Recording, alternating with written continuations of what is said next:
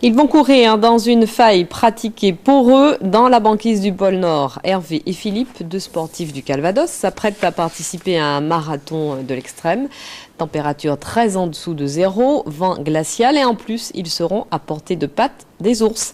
Pour s'entraîner, rien ne vaut un footing en chambre froide. Damien Mignot et Jean Touzet.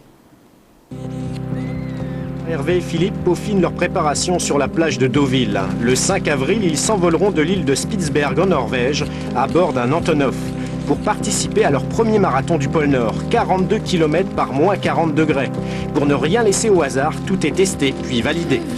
Comme en Normandie, il neige beaucoup plus rarement, on vient directement sur la plage, sur un sable mousse. On recrée à peu près la même chose que la neige et puis c'est la même technique. Ce marathon est la seule épreuve à se courir en pleine mer, sur la banquise de l'océan Arctique.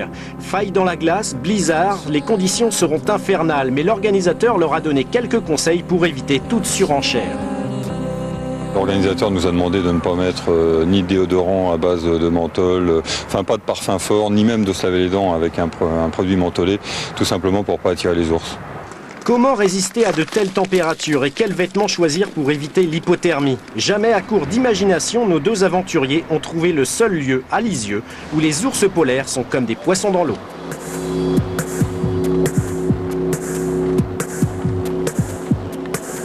Dans les entrepôts frigorifiques, la température avoisine les moins 30 degrés.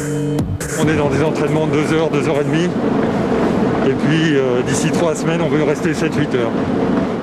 Au milieu des pizzas et des poissons panés, Hervé et Philippe font autant marcher la tête que les jambes. Première victoire, la cagoule à échangeur thermique pour réchauffer l'air fonctionne bien. Mais certains problèmes restent sans solution. On a essayé plusieurs techniques pour emmener de l'eau avec nous entre 2 couches de vêtements.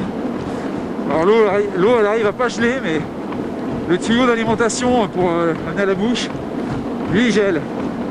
Donc là aujourd'hui c'est un des gros problèmes qui nous reste à résoudre. C'est effectivement comment faire pour s'hydrater. À 6 semaines du départ, ils trépignent déjà d'impatience. Seul inconnu, le temps. L'année dernière, l'organisateur avait préféré annuler l'épreuve au dernier moment en raison des conditions climatiques dangereuses. La température extérieure avoisinait les moins 70 degrés.